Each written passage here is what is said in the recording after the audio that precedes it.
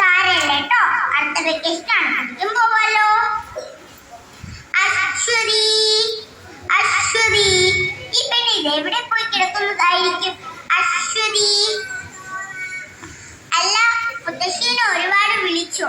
പിന്നെ വിളിക്കാണ്ട് നീ ഏതു നേരവും ചെവിയിലേക്ക് കുന്ത്രാണ്ടോ ഇങ്ങനെ കുത്തിക്കേറ്റി വെച്ചുകൊണ്ട് നിന്നാൽ നീ എങ്ങനെ വിളി കേൾക്കും എന്റെ അശ്വതി? അത് അത് അത് പിന്നെ മുത്തശ്ശി, എന്റെ കൂട്ടുകാർ അധികം വീഡിയോ കോളും ചാറ്റുമൊക്കെ ചെയ്ത് സമയം പോയത് അറിഞ്ഞില്ല. നിനക്കിതിങ്ങനെ കുത്തി കുത്തി ഇരുന്നാൽ മതിയല്ലോ, ഞാൻ പോണു. അമ്മേ അമ്മേ, വിശക്കുന്നു. അവിടെ ബിസ്ക്കറ്റും ചായയും എടുത്ത് വെച്ചിട്ടുണ്ട്, പോയിരുന്ന് കഴിക്ക്. എന്നൊരു ബിസ്ക്കറ്റും ചായയോ?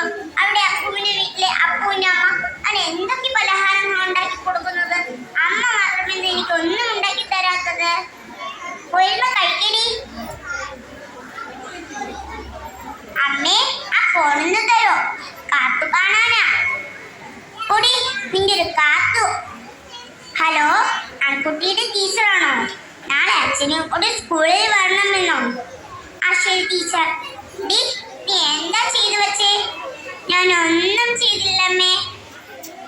നാളെ അച്ഛനെയും കൂടെ സ്കൂളിൽ പോകണമെന്ന്. അച്ഛൻ വരട്ടെ, കാണിച്ചു തരാം.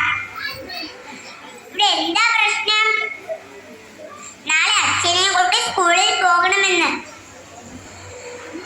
നീ എന്താ ചെയ്തു വെച്ചേ?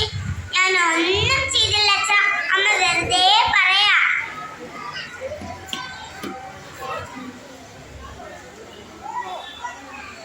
ശരി, നാളെ നമുക്ക് പോകാം. ആ, അൺകുട്ടിയുടെ പേരൻസ് ആണോ? വരൂ, ഇരിക്കൂ. എന്താ ടീച്ചർ പ്രശ്നം? ഞാൻ ഇന്നലെ ഇവരോട് ക്വസ്റ്റ്യൻ ചോദിച്ചു, നിങ്ങൾക്ക് വലുതാകുമ്പോൾ ആരാകണമെന്ന്. മറ്റു കുട്ടികൾ പറഞ്ഞു ടീച്ചറാകണം, ഡോക്ടറാകണം എന്നൊക്കെ. പക്ഷെ അവൾ മാത്രം എന്റെ അമ്മയുടെ ഫോണായാൽ മതി എന്നാണ് പറഞ്ഞത്. ഇതിനു കാരണം ഞാനാണ്. മൊബൈൽ ഫോണോ? അതെ, മൊബൈൽ ഫോൺ. ഇതിനു കാരണം നിങ്ങളാണ്. ടീച്ചർ, ഞാൻ ഇത്തിരി ബിസിയാ. പക്ഷേ ഇവളാണെങ്കിലേ എപ്പോഴും ഫോണിലാ ടീച്ചർ. ടീച്ചർ, എന്റെ മോളെവിടെ? എനിക്ക് ഇപ്പൊ എന്റെ മോളെ കാണണം. ആ രണ്ട് പേരെ കുട്ടിയെ വിളിക്ക്. മോളെ ഞങ്ങളോട് ക്ഷമിക്കുക. മോൾക്ക് ഞങ്ങൾ എന്ത് ചെയ്തു തരണം? മോൾ ഞങ്ങളോട് പറയും.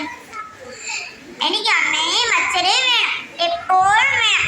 കെട്ടിപ്പിടിക്കണം, ഉമ്മ വയ്ക്കണം, മടിയിൽ കിടന്ന് ഉറങ്ങണം. ഞങ്ങൾ പോട്ടെ ടീച്ചർ. വാ മോളെ, നമുക്ക് പോകാം. നിങ്ങൾ മാതാപിതാക്കൾ ഞങ്ങൾ കുട്ടികൾക്ക്